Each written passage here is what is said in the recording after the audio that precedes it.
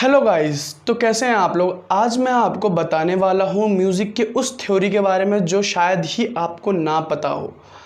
तो गाइस, आज की वीडियो में हम बात करने वाले हैं कि हमारे लिए क्या चीज़ सबसे ज़्यादा बेटर है। इट मीन्स अगर आप एक म्यूज़िक बनाते हैं, एक म्यूज़िक प्रोड्यूसर है या एक सिंगर हैं, तो आपके लिए क्या होम स्टूडियो बढ़िया है या एक प्रोफेशनल स्टूडियो बढ़िया होता है। तो गाइस देखिए, आज के टाइम में मैं आपको बता देता हूँ कि हर सेकंड पर्सन सिंगर बनना चाहता है या प्रोड्यूसर बनना चाहता है, तो उसको भी म्यूज़िक की नॉलेज होगी। ठीक है, अगर आप उस चीज़ के लिए अगर प्रोफेशनल स्टूडियो में जाते हैं तो उसके लिए है उतना ही चार्ज लगेगा, उतना पैसा लगेगा। और ये चीज़ आपको पता है, अगर आप सिंगिंग में इंटरेस्टेड हैं तो शायद ही आपको स्टूडियो जाना हो, क्योंकि ये बहुत ही ज़्यादा कंपलसरी होता है कि अगर आप एक सिंगर हैं तो आपको स्टूडियो जाना होगा। अब बात कर लेते हैं कि क्या इम्पोर्टेंट है हमारे लिए स्टूडियो और होम स्टूडियो, इन दोनों में क्या फ़र्क होता है। देखिए गाइज, अगर मैं फ़र्क की बात करूं तो फ़र्क तो कुछ नहीं होता है, इन दोनों स्टूडियो में कुछ भी फ़र्क नहीं होता है। हाँ, ये कुछ ज़्यादा फ़र्क ये होता है कि स्टूडियो में आपको कुछ इंटेलिजेंट या एक्सपीरियंस जो लोग होंगे वो मिल सकते हैं स्टूडियो में, जो प्रोफेशनल स्टूडियो होता है। बट अगर आपका खुद का होम स्टूडियो हो तो वो पूरा का पूरा आपके ऊपर डिपेंड करता है कि आप अपना गाना किस तरीके से बना सकते हैं। अब वो गाना आप अपना लो क्वालिटी का भी बना सकते हैं, अगर आप प्रैक्टिस करेंगे या आपको ज़्यादा एक्सपीरियंस होगा तो हाई क्वालिटी का आप अपना गाना होम स्टूडियो पे भी बना सकते हैं। अब होम स्टूडियो और प्रोफेशनल स्टूडियो में खर्चे का अगर मैं डिफरेंस बताऊं तो कितना खर्चा होता है। अगर आप प्रोफेशनल स्टूडियो बनाओ तो देखिए उसके अंदर भी बहुत सारे अलग अलग टाइप्स के खर्चे होते हैं। जैसे कि अगर मैं बात करूं तो इको रूम्स, जैसे उसमें एक इको रूम होता है जिसमें आपका जो माइक होता है, जहां पे आपको सॉन्ग को रिकॉर्ड करना होता है, उसके अंदर जो साउंड प्रूफिंग होती है बहुत ही ज़्यादा एक्सपेंसिव होती है, वो प्रोफेशनल स्टूडियो में करवाया जाता है। ठीक है, वहाँ के जो इंटरफेस होते हैं, ऑडियो इंटरफेस होता है, वो बहुत ही ज़्यादा एडवांस होता है, बहुत ही ज़्यादा पैसे लगे होते हैं, तो जाके आपका एक प्रोफेशनल स्टूडियो बनता है। ठीक है, अब वहाँ पे जो लोग होते हैं, बंदे होते हैं ऐसे जो काम करते हैं आपके गाने के ऊपर, वो लोग भी एक्सपीरियंस्ड बंदे होते हैं, उन्होंने काफ़ी सॉन्ग्स बनाए होते हैं, तो वही आपका गाना रिकॉर्ड करते हैं। ठीक है, तो इन सब चीज़ों की वजह से, इन सब खर्चे की वजह से आपका सॉन्ग भी बहुत ज़्यादा मतलब एक्सपेंसिव पड़ जाता है। ठीक है, अब होम स्टूडियो की बात करते हैं। होम स्टूडियो में क्या होता है, होम स्टूडियो में आपके ऊपर पूरा डिपेंड होता है कि आप अपने स्टूडियो में कितना खर्चा कर सकते हैं। नॉर्मली बजट में देखा जाए तो आप छोटे से छोटे बजट में भी अपना गाना रिकॉर्ड कर सकते हैं, और अगर आपके पास बजट ज़्यादा है या आपके पास पैसे ज़्यादा हैं तो अपने होम स्टूडियो को काफ़ी हद तक प्रोफेशनल बना सकते हैं। जिसमें अगर मैं आपकी बात करूं साउंड प्रूफिंग रूम की, तो जैसे कि वहाँ पे क्या होता है कि वुड के, अगर प्रोफेशनल जो स्टूडियोज़ होते हैं उसमें वुड के सारे एक रूम कमरा जो होता है वो पूरा वुड का होता है, लकड़ियों का पूरा कमरा होता है। फिर उसमें साउंड प्रूफिंग होती है, अलग अलग तरीके के इको इक्विपमेंट्स लगते हैं जिससे इको ज़्यादा ना फैले।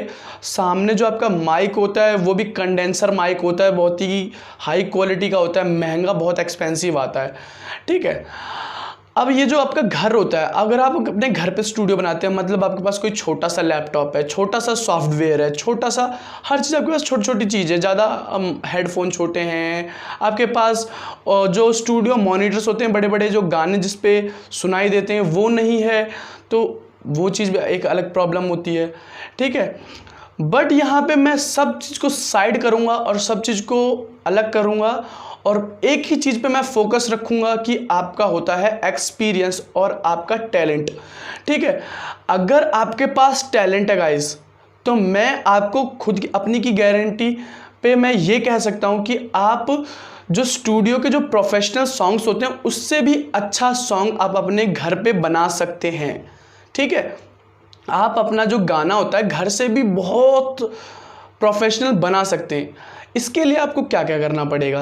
अब इसके लिए आपको बेसिकली कुछ नहीं करना होता है, लेकिन आपको कुछ बातों का ध्यान रखना होगा।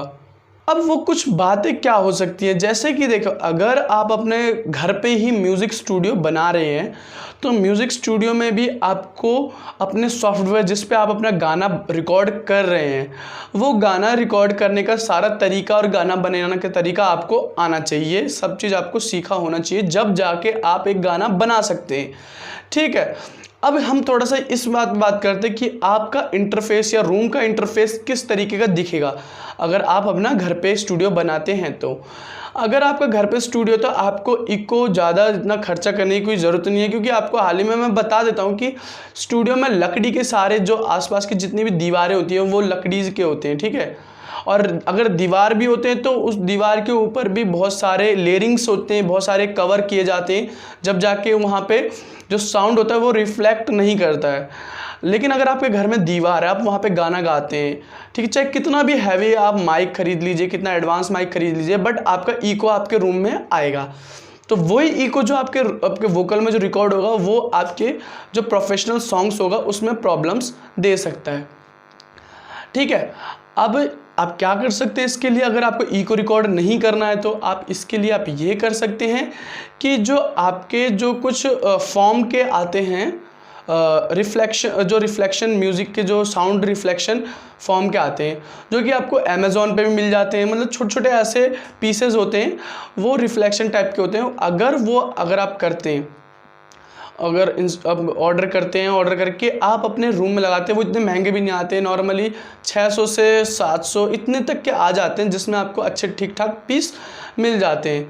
अब वो आप क्या कर सकते हैं, ज़रूरी नहीं है कि आपके पूरे घर में ही लगाएं। जहाँ पे आप अपना साउंड रिकॉर्ड करते हैं या आपका जहाँ पे माइक है वहाँ के आसपास थोड़ा सा आप वो लगा सकते हैं।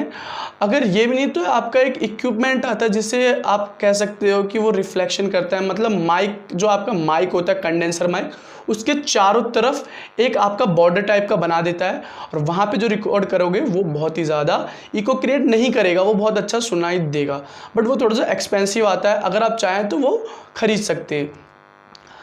अब मैं आपको बात बता देता हूँ कि आपने अपने साउंड के चारों तरफ जो म्यूज़िक होता है, अगर आप रिकॉर्ड जहाँ करते हैं वहाँ पे आपने अपना रिफ्लेक्शन क्या वो सब चीज़ लगा लिया। अब आप म्यूज़िक रिकॉर्ड करते वक्त किस किस चीज़ का ध्यान रख सकते हो।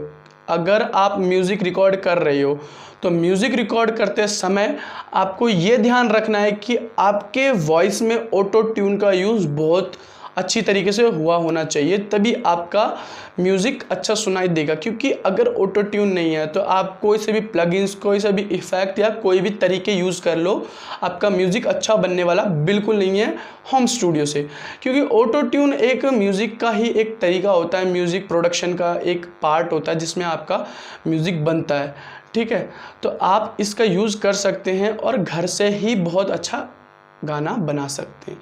अगर मैं कंपैरिजन करूं, अगर प्रोफेशनल स्टूडियो में, तो प्रोफेशनल में बस ओनली आपके चार्ज लगेंगे, बाकी सारा चीज़ उनका होता है और वो आपको गाना बना के दे देंगे। बट वो आपको जो गाना बना के देंगे उसमें कोई श्योरिटी नहीं है कि वो कैसा गाना बना के दे सकते हैं। आपके टेस्ट के अकॉर्डिंग, या आप जितना पसंद भी कर सकते हैं या नहीं पसंद करते, या आप पे डिपेंड नहीं करता है। बट अगर आप घर पे बनाते हैं गाना, तो आपके घर पे बनाने का आपको भी पता रहेगा कि भाई मुझको ऐसा गाना पसंद है और ऐसा गाना पसंद नहीं है। ठीक है, तो यही एक तरीका होता है आपका होम स्टूडियो और प्रोफेशनल स्टूडियो में डिफरेंस थोड़ा बहुत। तो अगर वीडियो आपको पसंद आए तो वीडियो को लाइक कर दीजिए। चैनल पे अगर नए हैं तो गाइस चैनल को ज़रूर सब्सक्राइब कर दीजिए। अगर कोई परेशानी हो तो कमेंट करके मुझे ज़रूर बताइए। Thanks for watching.